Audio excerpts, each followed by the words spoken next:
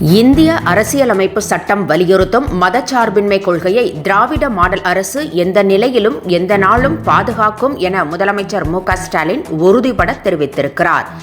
சிறுபான்மையினருக்கு திமுக என்றென்றும் அரணாக திகழும் எனவும் இந்திய அளவில் தற்போது நிலவக்கூடிய சூழல் கவலைப்பட வைப்பதாகவும் அவர் தெரிவித்துள்ளார். மேலும் ஒற்றுமையுடன் செயல்பட வேண்டியது காலத்தின் கட்டாயம் எனவும் அவர் கூறியுள்ளார். நான் அனைவருக்கும் பொதுவானவன் என்று துணை முதலமைச்சர் உதயநிதி ஸ்டாலின் தெரிவித்துள்ளார். கிறிஸ்துமஸ் நிகழ்ச்சியில் பேசிய அவர், நீங்கள் என்னை கிறிஸ்துவன் என்று நினைத்தால் நான் கிறிஸ்துவன் என்றும், முஸ்லீம் என்று நினைத்தால் முஸ்லீம் என்றும், இந்து என்று நினைத்தால் இந்து என்றும் அவர் குறிப்பிட்டார். அரசியல் அமைப்புக்கு எதிராக பேசிய நீதிபதியை பதவி நீக்கம் செய்ய வலியுறுத்தும் தீர்மானத்திற்கு ஆதரவு தெரிவிக்கும் துணிச்சல் அதிமுகவுக்கு இல்லை என துணை முதலமைச்சர் உதயநிதி ஸ்டாலின் காட்டமாக தெரிவித்துள்ளார்.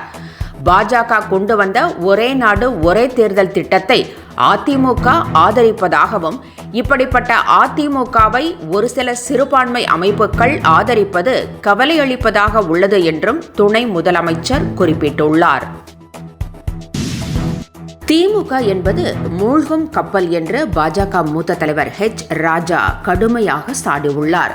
கப்பல் மூழ்கும் போது எலிகள் தப்பி ஓடிவிடும் என்று தெரிவித்த அவர், தான் திருமாவளவன் வேல்முருகனை சொல்லவில்லை என்று தெரிவித்தார். திமுக கூட்டணி இருந்த இடம் தெரியாமல் போய்விடும் எனவும், பாஜக ஆட்சி அமைக்கும் என்றும் ராஜா தெரிவித்துள்ளார். பிரதமர் நரேந்திர மோடி 21, 22 தேதிகளில் குவைத்துக்கு அரசு முறை பயணம் மேற்கொள்கிறார். அந்நாட்டு மன்னர் ஷேக் மௌசல் அல் அகமது அல் ஜபர், பட்டத்து இளவரசர் உள்ளிட்ட முக்கிய தலைவர்களை பிரதமர் சந்தித்து பேச்சுவார்த்தை நடத்துகிறார். இந்திய பிரதமர் ஒருவர் குவைத்துக்கு 43 ஆண்டுகளுக்கு பிறகு செல்வது இதுவே முதன் முறையாகும். இதற்கு முன்னர் 1981 ஆண்டு முன்னாள் பிரதமர் இந்திரா காந்தி குவைத் சென்றுள்ளார். ஒரே நாடு ஒரே தேர்தல் சட்டம் காலாவதியான சட்டம் என்று நாடாளுமன்ற கூட்டுக்குழு எம்பிக்கள் தெரிவித்துள்ளனர்.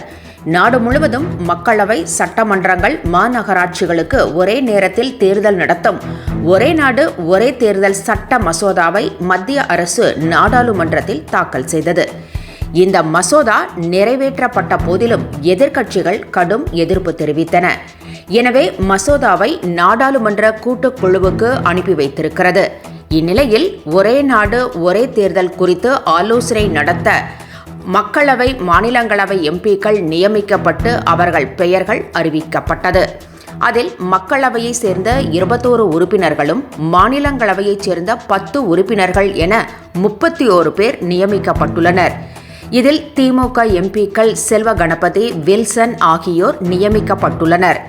கூட்டுக்குழுவில் இடம்பெற்றுள்ள எதிர்க்கட்சி எம்பிக்கள் ஒரே நாடு ஒரே தேர்தல் திட்டத்தை கடுமையாக எதிர்ப்பதால் சட்டம் நிறைவேறுவதில் சிக்கல் ஏற்பட்டுள்ளது. கேரளாவில் குவியும் மருத்துவ கழிவுகளை தமிழக எல்லையில் கொட்டும் வழக்கத்தை அம்மாநிலம் தொடர்ந்து மேற்கொண்டுள்ள நிலையில் இதற்கு கடும் எதிர்ப்புகள் கிளம்பியுள்ளது. போராட்டங்களும் நடத்தப்பட்டு வருகின்றன. ஆனால் கேரளா தனது செயலை நிறுத்தியதாக தெரியவில்லை. இந்நிலையில் இது தொடர்பான வழக்கை விசாரித்த தென் மண்டல பசுமை தீர்ப்பாயம் கேரளாவுக்கு கடும் கண்டனங்களை தெரிவித்திருக்கிறது. மேலும் இதுவரை கொட்டப்பட்ட மொத்த மருத்துவ கழிவுகளை அகற்றுவதற்கான செலவுகளை கேரள அரசிடமே வசூலித்துக் கொள்ளலாம் என்றும் தமிழக அரசுக்கு உத்தரவிட்டுள்ளது. மை இந்தியா 24/7 முக்கிய செய்திகளை உடனுக்குடன் தெரிந்து கொள்ள உடனே சப்ஸ்கிரைப் பண்ணுங்க, பெல் பட்டனை பிரஸ் பண்ணுங்க. என்றும் உங்களுடன் மை இந்தியா.